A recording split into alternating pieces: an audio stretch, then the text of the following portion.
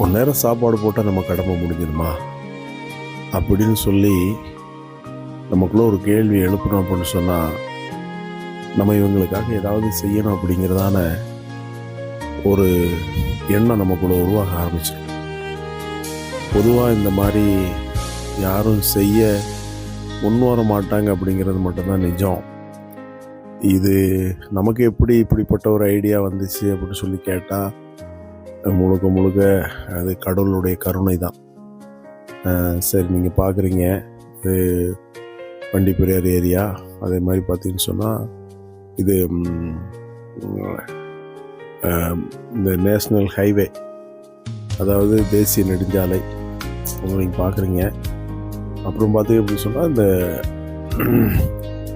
கீழே, அதாவது குமுளிலிருந்து கீழே அது லோயர் கம்போலி அந்த மலைப்பாதையில் போகக்கூடிய இடம், இதெல்லாம் தான் நீங்கள் பார்க்குறீங்க. சில ஃபோட்டோ வீடியோலாம் பார்க்குறீங்களா? இவங்கெல்லாம் வந்துட்டு ரொம்ப பரிதாபத்துக்குரியவர்கள்.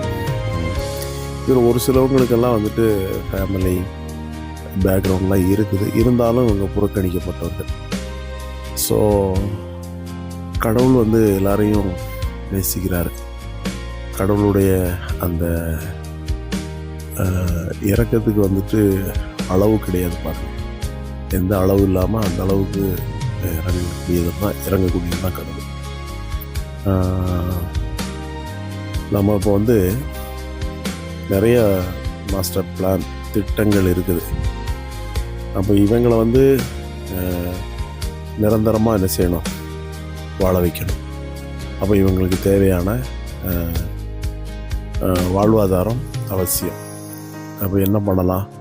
இப்போ கண்டிப்பாக கட்டடங்கள், இவங்களுக்கு தினமும் உணவு, உடை, இவங்களுக்கு தேவையான எல்லா பொருளாதாரம், இது அவசியம். இது ஒரு தனி மனுஷனால் செய்ய முடியாது தான். எல்லாரும் நீங்கள் என்ன பண்ணலாம்? உதவி செய்யலாம். இப்போ வந்து ஒரு நபர் வந்து ஒரு சின்ன நான் ஒரு பேச்சுக்கு சொல்கிறேன். ஒரு நாள் ஒன்றுக்கு ஒரு 50 ரூபா, 100 ரூபா அல்லது ஒரு 500 ரூபா, 1000 ரூபாய் நீங்கள் வந்து உதவி செய்ய முன் வந்தீங்கன்னா, இப்போ ஆல்ரெடி வந்து நாங்கள் வந்து டெய்லி மதிய உணவு ஒரு 35 உணவு கொடுக்குறோம். அப்படின்னா 3 நேரம் சேர்த்து 35 சாப்பாடு நாங்கள் கொடுக்குறோம்.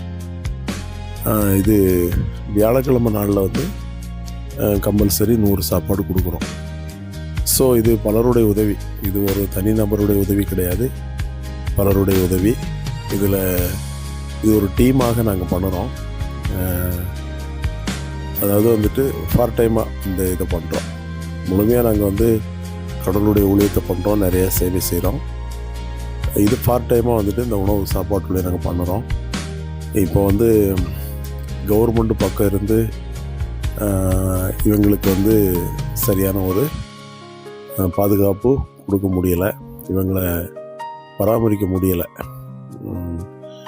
அதையும் தாண்டி நாங்கள் என்ன பண்ணுறோம்? களமிறங்கி இவங்களை பார்க்குறோம்.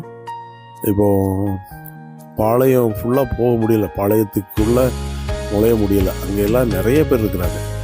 இப்போ நாங்கள் கொடுக்கக்கூடிய உணவு வந்துட்டு அந்த புதுப்பட்டி அந்த ஏரியா போகும்போதே காலியாயிடும். அதுக்கு மேலே வந்துட்டு போக முடியலை. நிறைய தேவைப்படுது, 100 தாண்டி தேவைப்படும். அப்போ அந்த அளவுக்கு யார் இருக்கிறா? வழியோரங்களில், பஸ் ஸ்டாண்டில், இந்த தெருமுனையில், இந்த மார்க்கெட் பகுதியில் நாங்கள் ஒரு ஏரியா விடாமல் ரவுண்டு ஃபுல்லாக அலசுகிறோம். ஒரு ஏரியா விடலை, ஃபுல்லாக இந்த ஜிஹெச் ஹாஸ்பிட்டல் அங்கங்கே எல்லாமே ரவுண்டு பண்ணி தான் கொடுக்குறோம். அவங்களெல்லாம் பார்த்து நம்ம கொடுக்குறவங்க வந்து அதற்கு எலிஜிபிளாக இருக்கிறாங்க. அதை வாங்கி சிலவங்கெல்லாம் எங்கள் கண்ணுக்கு முன்னாடி என்ன பண்ணுவாங்கன்னா, வாங்கி அப்போமே சாப்பிடுவாங்க. அதை பார்க்கும்போது எங்களுக்கு மிகப்பெரிய மகிழ்ச்சியாக இருக்கும். அது சிலவங்க என்ன பண்ணுவாங்கன்னா, அதை வாங்கி வச்சுருப்பாங்க. ஒரு சிலர் வேணாம் சாப்பிட்டு விட்டுருவாங்க. ஒரு சிலர் வந்து வாங்கி அதை பத்திரமா வச்சுருப்பாங்க அப்புறமா சாப்பிட்றதுக்காக. இப்போ என்னென்னா, நீங்கள் ஒவ்வொருவரும் நீங்கள் வந்து என்ன பண்ணணும்னா எங்களை தொடர்பு கொள்ளுங்கள். இதில் உங்களுக்கு கான்டாக்ட் நம்பர் போட்டு விடுறோம், நீங்கள் தொடர்பு கொள்ளுங்கள். நீங்கள் உங்களுடைய கருத்துக்களை என்ன பண்ணலாம், தாராளமாக பதிவிடலாம். நாங்கள் இந்த பணியை செய்வதில் அதிக ஆர்வம் காட்டுறோம். God bless you.